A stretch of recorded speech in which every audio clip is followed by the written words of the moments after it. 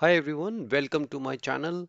In today's video, I'm going to show you how to create a dynamic drop-down list in Excel using the offset function.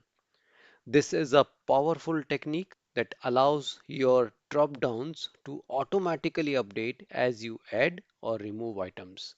It will make your data entry process much more efficient. So let's start. In the example sheet, I have a list of fruits in column A along with their quantities and prices in column B and C respectively.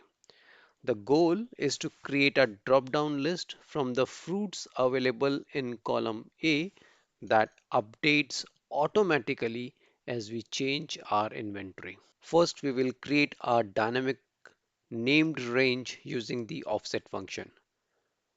Go to the Formulas tab. Click on Name Manager. It will open Name Manager dialog box. Click New to create a new named range. In the name field, enter any name like fruit list. In the refers to box, type equals to offset open bracket. Select the first cell of data, which is A1, comma 0, comma 0, comma count A, open bracket. Select the column A, closing bracket for count A function, comma 1, closing bracket for offset function. Click OK. This formula starts from cell A1 and creates a range that automatically expands based on how many non-empty cells are in column A. Click Close button. Now we have our dynamic named range. So let's create the drop-down list. Select the cell where you want the drop-down to appear. For example, cell G1.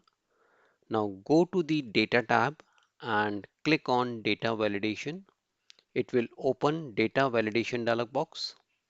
Now in the Data Validation dialog box, select List under the Allowed drop-down. And in the source box, enter equals to name of the named range, which is fruit list in our case. Now this will link our drop down to the dynamic range we have just created. Click OK. Now let's test our drop down list. Click the drop down arrow in cell G1 and you will see the list of fruits.